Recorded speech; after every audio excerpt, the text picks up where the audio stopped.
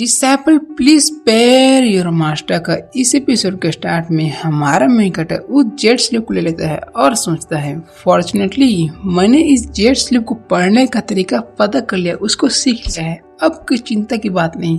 तभी वो उसको लर्न करना स्टार्ट करता है, पढ़ना स्टार्ट करता है। ली सियांग एम्परर के इस जेट स्लिप के 3 मीनिंग है। पहला मीनिंग है कि मैं लू हैंग मतलब मो त्यांग को बधाई देता हूँ एक ट्रेजर माइन फाइंड करने के लिए। दूसरा, मैं अपने जॉय को आपके सामने एक्सप्रेस करना चाहता हूँ कि आपने मो त्यांग ने हमारे कू चैंग को अपना डिसाइपल एक्सेप्ट कर लिया। और तीसरी, हम होप करते हैं कि त्यान फैंग किंगडम और लू हैंग सभी साथ मिलकर डेवलप करेंगे उस ट्रेजर माइन को। यह सब पढ़ने के बाद हमारा में क्या सोचता है, अच्छा साले एम्परर ली सियांग, तेरी हिम्मत भी कैसी हुई दूसरे के इफर्ट पर अपना बेनिफिट बनाने की, रुक तुझे बाद में देखते हो रे। तभी ये कहता है गू चैंग, यस मास्टर, अगर एक दिन तेरे एम्परर ने तुझसे कहा कि तू चाकुला और अपने मास्टर के सामने कर दे, उसको स्टैप करने के तैयार जा, तो तू क्या करेगा? इसकी फट जाती है। थोड़ी देर सोचने के बाद वो कहता है यह डिसाइपल मरना पसंद करे लेकिन अपने मास्टर को कभी भी हार पहुंचाने के बारे में सोचेगा भी नहीं।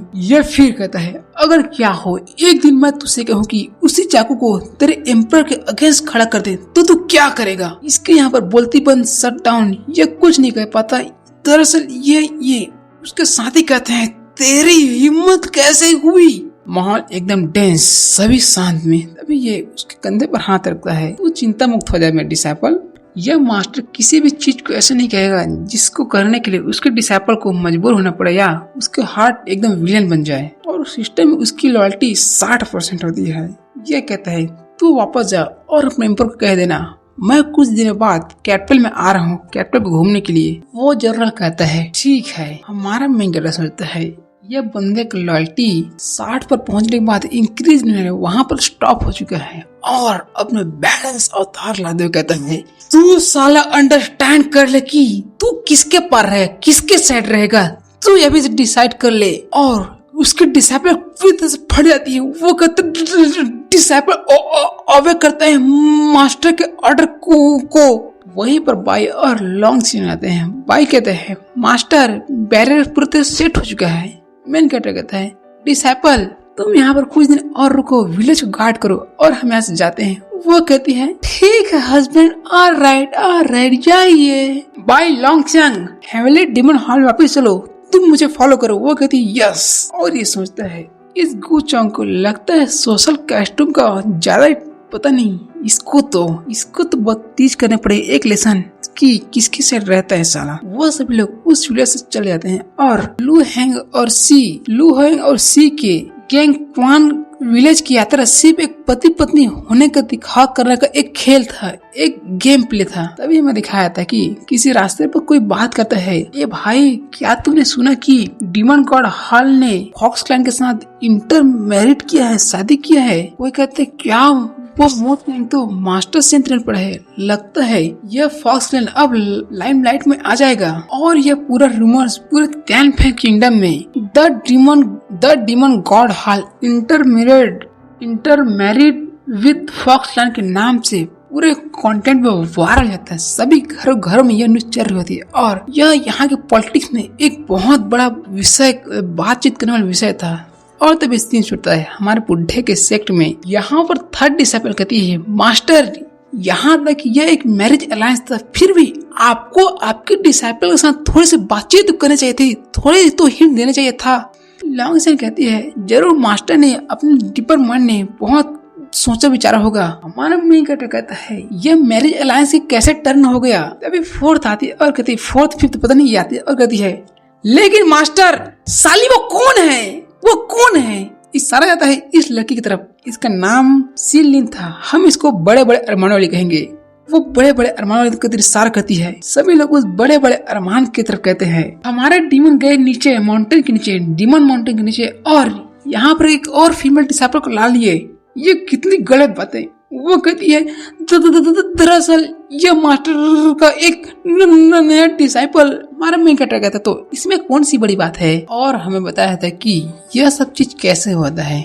हमें पास्ट स्टोरी में ले जाता है जहाँ पर उसके ऊपर डीमन ट्रांसमिशन टेक्निक इस्तेमाल हुआ है। वो कहती है नहीं बहुत दर्द हो रहा है, मुझे जाने दो, बहुत दर्द हो रहा है। यहाँ पर भाई कहता है क्या हुआ, यह डीमन ट्रांसफर टेक्निक यहाँ पर काम क्यों नहीं कर रहा है। हमारा मेन कैरेक्टर सोचता है भाई कि यह डीमन ट्रांसफर टेक्निक वास्तव रूप से काम क्यों नहीं कर रहा है, यह फाइट क्यों है, यह काम क्यों नहीं कर रहा है। उसको बहुत बहुत बहुत ज्यादा दर्द होने लगता है। क्या बाई की लिमिट सिर्फ एक ही डीमन स्लेयर को कंट्रोल करने की है, क्या यही उसकी लिमिट है। तभी सिस्टम से एक नोटिफिकेशन आता है, लेकिन मुझे किसी न किसी तरह से इस सिचुएशन से बाहर निकलना ही पड़ेगा। अगर ऐसा नहीं हो तो अदरवाइज ये बाई मुझे कहे कि डेमोन्स्ट्रेट कीजिए मास्टर इस डीमन ट्रांसफर टेक्निक को और मेरा खेल खत्म।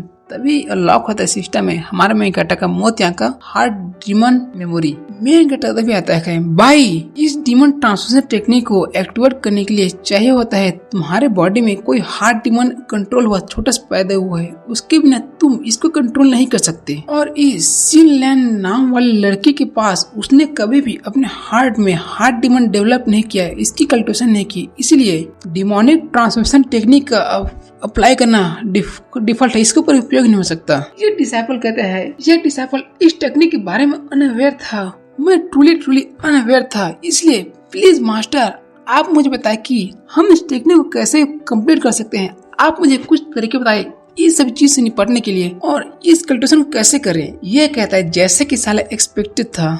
ये कहता है बिना हार्ड डिमन के इस कल्टिवेशन टेक्निक को इफेक्टिव लाना बहुत रेयर है, इसको हो नहीं सकता। और यहाँ पर एक बार मास्टर सेंथ के एक्सपीरियंस कार्ड पास हो गया तो एक्सपीरियंस कार्ड एक्सपायर हो गया तो यह टेक्निक यह ट्रांसफर टेक्निक पूरे से फेल हो जाएगा। लेकिन मुझे किसी न किसी तरह इसको तो पार करना ही होगा। तभी हमारा मेन कैरेक्टर कहता है सिनलैंड मैंने तुम्हारे अंदर एक्सपेक्टली बहुत सारा टैलेंट देखा है, तुम्हारे अंदर बहुत सारा टैलेंट मैंने देखा है। अगर तुम सही में हेवन एंड अर्थ के सामने कसम खाते हो कि और साइन कर दे एक कॉन्ट्रैक्ट कि तुम मुझे हमेशा सर्व करोगी, मेरे को धोखा नहीं देगी, तो मैं तुम्हें यहाँ पर तुम्हारे लाइफ को बख्श दूंगा और तुम्हें अपने एक डिसाइपल बना लूंगा। क्या तुम तैयार हो?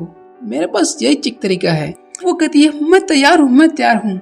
मैं कसम खाता हूँ कि मोतियांग पेट्रियार्च की हमेशा लॉयल बंदी बनकर रहूंगी और हमेशा उसके आदेश का पालन करूंगा, कभी भी इसके आदेश का उल्लंघन नहीं करूंगा। यह मैं कसम खाती हूँ हेवन एंड अर्थ से। और कहानी प्रेजेंट में आती है। मेन कैरेक्टर कहता है मोरवेल, हालांकि इस समय यह करंटली एक ऐसी बंदी जिसके पास ब्लड स्प्रिंग फॉर्मेशन का इनहेरिटेंस है, सिर्फ इसी को पता है। यह एकदम पिटी की बात है कि यह एक डीमन स्लेयर में बदल जाती तो यह बहुत खराब होगा।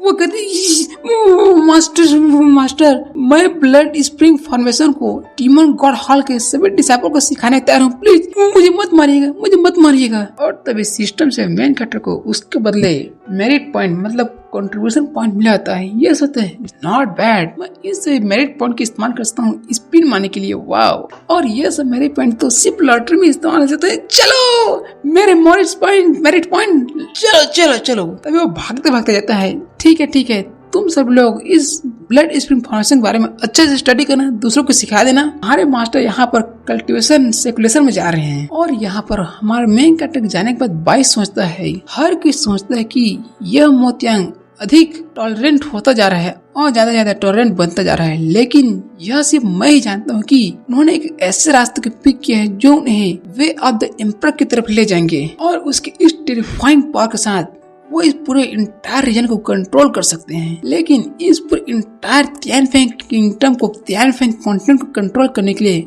मुझे हजारों सालों जरूरत है। पीपल को मैनिपुलेट करना, पूरे एम्परर को मैनिपुलेट करना और सभी को अपने पक्ष में करना, ये बहुत बड़ी बात होती है। और इसी के साथ हमारा यह एपिसोड यहाँ पर समाप्त द एंड होता है। अगला एपिसोड कल आएगा दोस्तों।